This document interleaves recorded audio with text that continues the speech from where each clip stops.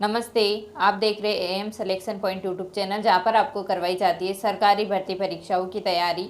तो आज का टॉपिक अपना है कार्यालय पत्रों से संबंधित ज्ञान, यानी कि कार्यालय पत्रों के बारे में अपन को पढ़ना है। अपने सिलेबस में दे रखा है कार्यालय पत्र, कार्यालय आदेश, अधिसूचना, विज्ञप्ति, ज्ञापन, परिपत्र, निविदा, अर्धशासकीय पत्र। तो ये सारे कार्यालय पत्र हैं, इनके बारे में अपन को पढ़ना है। तो अपने सिलेबस में जो है यही दे रखे हैं सारे बिंदु, और इन्हीं में से क्वेश्चन पूछा जाएगा। ठीक है। वह पत्र जो किसी सरकारी कर्मचारी द्वारा किसी अन्य अधिकारी या कर्मचारी को किसी विशेष राजकीय कार्य को करने या फिर जानकारी देने हेतु लिखे जाते हैं, तो ये होते हैं कार्यालय पत्र। इनको अपन राजकीय पत्र भी कह सकते हैं या फिर सरकारी पत्र भी कह सकते हैं। ये टॉपिक अपने सिलेबस में दे रखा है, और इसमें से इस प्रकार से क्वेश्चन बनने की प्रबल संभावना है कि भाई कौन सा जो है कार्यालय पत्र नहीं है, कौन सा है। तो ये 3-4 जो ऑप्शन दे करके पूछा जा सकता है कि इसमें से कौन सा कार्यालय पत्र है, कौन सा नहीं है। ठीक है। तो ये अपने सिलेबस में इनको तो अपन को ध्यान रखना ही है कि ये सारे कार्यालय पत्र हैं। ठीक है। कार्यालय पत्र में कार्यालय आदेश आते हैं, अधिसूचना आती है, विज्ञप्ति आती है, ज्ञापन आते हैं, परिपत्र आता है, निविदा आता है, और अर्धशासकीय पत्र आते हैं। पत्र दो प्रकार से देख सकते हैं अपन कि कुछ होते हैं व्यक्तिगत पत्र होते हैं, और कुछ होते हैं व्यावसायिक या फिर उसको कार्यालय पत्र कह सकते हैं। व्यक्तिगत पत्र क्या होंगे? व्यक्ति के द्वारा अपने परिचित यानी जो परिचित या जान पहचान के लोगों को लिखा जाता है, तो ये व्यक्तिगत पत्र होता है। ठीक है। जैसे अपन बधाई देने के लिए कोई पत्र लिख सकते हैं, कोई निमंत्रण पत्र लिख सकते हैं, भाई कि किसी को बुलाना होता है तो निमंत्रण पत्र लिख सकते हैं। शोक की सूचना देनी हो, जैसे किसी की मृत्यु पर जो बुलावा वगैरह होता है उसका भी पत्र लिख सकते हैं। शुभ अवसर के लिए पत्र लिखा जा सकता है। तो पूछा जाएगा निम्न में से कौन सा व्यावसायिक पत्र है, कौन सा व्यक्तिगत पत्र है। तो अपन को इसमें ये याद रखना है कि जो व्यक्तिगत यानी कि व्यक्ति से संबंधित जो है, अपने परिचित वगैरह जो होते हैं उनसे संबंधित जो पत्र लिखे जाते हैं वो होते हैं व्यक्तिगत पत्र। कार्यालय पत्र के अंदर ये सभी आ जाएंगे।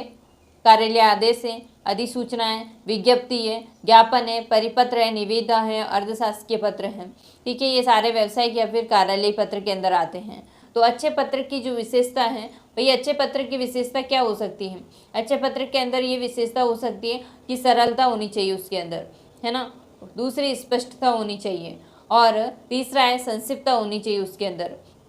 चौथा है क्रमबद्धता भी होनी चाहिए। ठीक है। और संपूर्णता होनी चाहिए पत्र के अंदर। प्रभावशीलता होनी चाहिए। बाह्य सज्जा यानी कि जैसे सुंदर लिखावट है, तो ये बाह्य सज्जा है। ठीक है। पत्र के अंदर जो बाह्य सज्जा है वो क्या है कि भाई बाहरी सुंदरता। ठीक है। सज्जा या सुंदरता हो सकती है, जैसे लिखावट के अंदर सुंदरता है। ठीक है। सुंदर लिखावट हो सकती है उसके अंदर पत्र में। विराम चिन्हों का सही प्रयोग, यानी कि जो पत्र लिखा जा रहा है उसके अंदर विराम चिन्हों का सही प्रयोग किया जाना चाहिए। वर्तनी के अंदर त्रुटि नहीं होनी चाहिए। ऐसा पत्र हो जिसके अंदर वर्तनी में कोई त्रुटि ना हो। ठीक है। तो ये अच्छे पत्र की कुछ विशेषता हैं, इनको अपन को ध्यान में रखना है कि अच्छे पत्र के अंदर विशेषता होनी चाहिए। सरलता, स्पष्टता, संक्षिप्तता, क्रमबद्धता, संपूर्णता, प्रभावशीलता।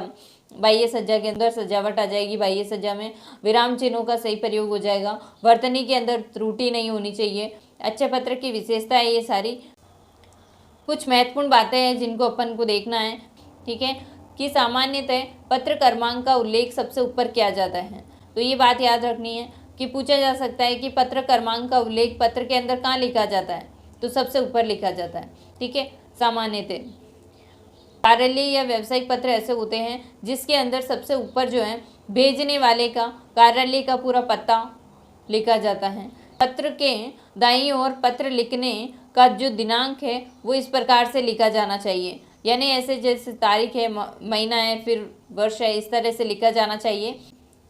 दाईं ओर पत्र लिखने का दिनांक लिखा जाता है, भाई पत्र किस दिन लिखा जा रहा है। ठीक है। उसका दिनांक इस प्रकार लिख सकते हैं, जैसे सबसे पहले तारीख आ गई, फिर महीना आ गया, फिर वर्ष आ गया।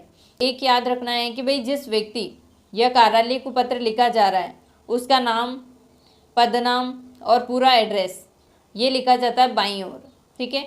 जिस बारे में पत्र लिखा जा रहा है वही उस पत्र का संदर्भ है, उस पत्र का विषय है। पत्र के अंदर बाईं ओर संदर्भ के नीचे परिस्थिति को आदर सूचक शब्दों से संबोधित करते हुए लिखा जाता है। माननीय, प्रिय श्री, मान्यवर, महोदय, प्रिय महोदय, ये इस प्रकार से संबोधन जो है वो किया जाता है। पत्र का जो मुख्य भाग है वही पत्र का कलेवर अथवा मध्य भाग कहलाता है, जिसके माध्यम से प्रेषक यानी कि जो भेजने वाला है वो अपनी वांछित बात प्रेषित को कहना चाहता है, यानी जिसको भेजा जा रहा है उसको क्या कहना चाह रहा है, अपनी बात क्या बताना चाहता है उस पत्र के माध्यम से, वो जो लिखा जाता है पत्र का जो मुख्य भाग होता है वो ही होता है पत्र का क्लेवर या फिर मध्य भाग। ठीक है, संलग्नक क्या है, तो अपन कह सकते हैं कि कई बार ऐसे होता है कि पत्र के साथ में कुछ अन्य पेपर वगैरह अपन भेजना चाहें तो उस पत्र के पीछे अपन लगा देते हैं। ठीक है, तो उसको कहते हैं कि इसके पीछे ये संलग्न किया गया है। ठीक है, पत्र के साथ में कुछ और भेजना चाहें तो वो अपन कह सकते हैं कि उसको उसके साथ में संलग्न किया गया है।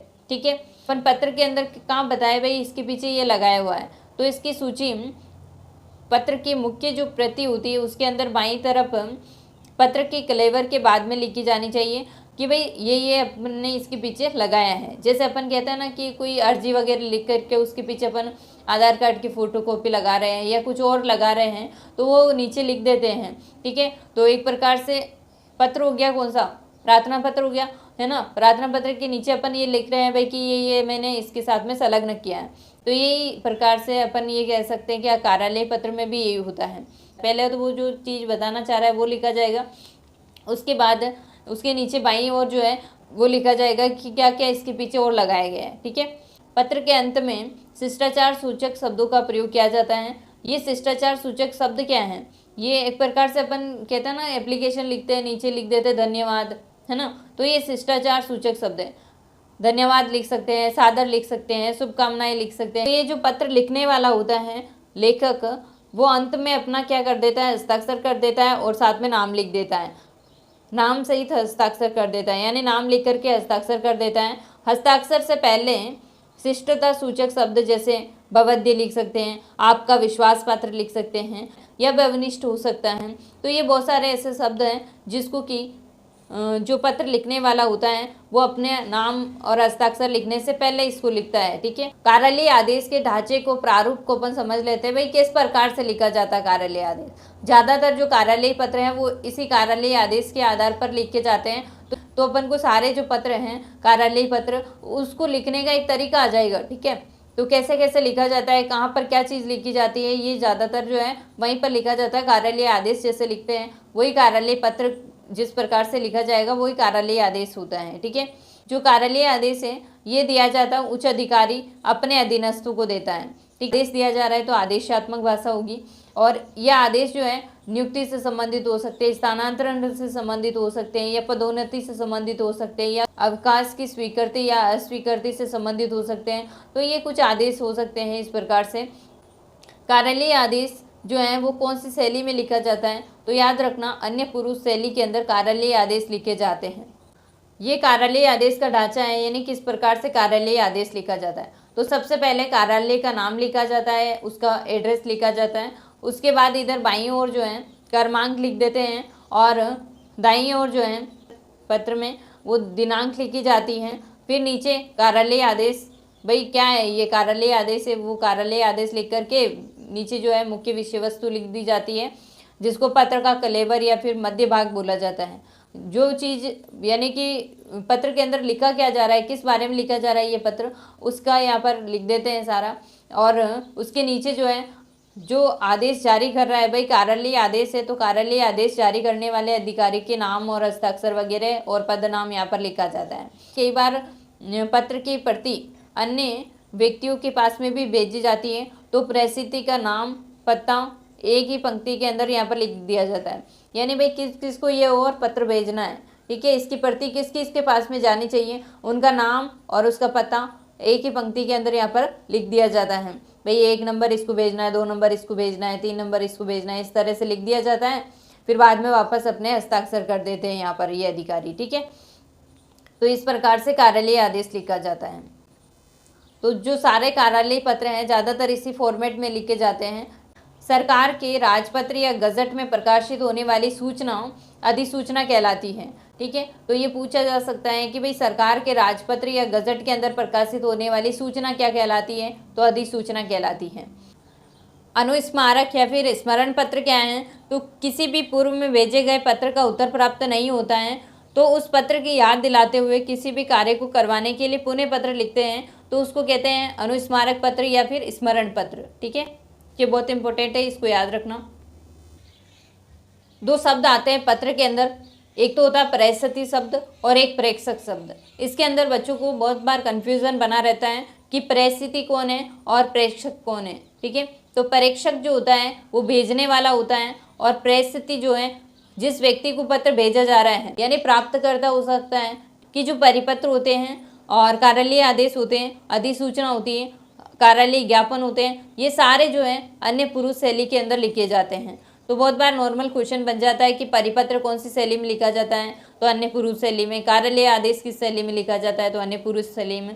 अधिसूचना किस शैली में लिखा जाता है, तो अन्य पुरुष शैली के अंदर। कार्यालय ज्ञापन किस शैली में लिखे जाते हैं, तो अन्य पुरुष शैली के अंदर। तो इस प्रकार से अपन देख सकते हैं कि ये सारे जो हैं अन्य पुरुष शैली के अंदर लिखे जाते हैं। और ये जो परिपत्र है इसके बारे में एक क्वेश्चन ये भी बन सकता है कि परिपत्र अधिकतम कितने व्यक्तियों को एक साथ भेजा जा सकता है। तो अपन कह सकते हैं कि परिपत्र कितने भी व्यक्तियों को एक साथ भेजे जा सकते हैं। ये जो टॉपिक है वैसे तो बहुत बड़ा है, ठीक है, परंतु इसका सारांश रूप मैंने समझाने की कोशिश की है। तो लगभग इसमें से जो है आपका अगर इस टॉपिक में से क्वेश्चन बनेगा तो यहाँ से बाहर नहीं जाएगा, इसको कवर करने की कोशिश की है। इसी के साथ में जो है अपना 4th ग्रेड का जो सिलेबस है हिंदी का वो भी अपन ने पूरा पढ़ लिया है। अगर आपने क्लासें नहीं देखी है हिंदी की, आप अगर देखना चाहें तो प्लेलिस्ट में जाकर के हिंदी की प्लेलिस्ट आपको पूरी मिल जाएगी, क्रम से आप क्लासें देख सकते हैं। और ये जो है शॉर्ट नोट्स के रूप में पढ़ाया गया आपके लिए बहुत ही ज़्यादा कारगर सिद्ध होगा। आप इनका बार बार रिवीजन करते रहना। मिलते हैं नेक्स्ट क्लास में, तब तक के लिए जय हिंद जय भारत।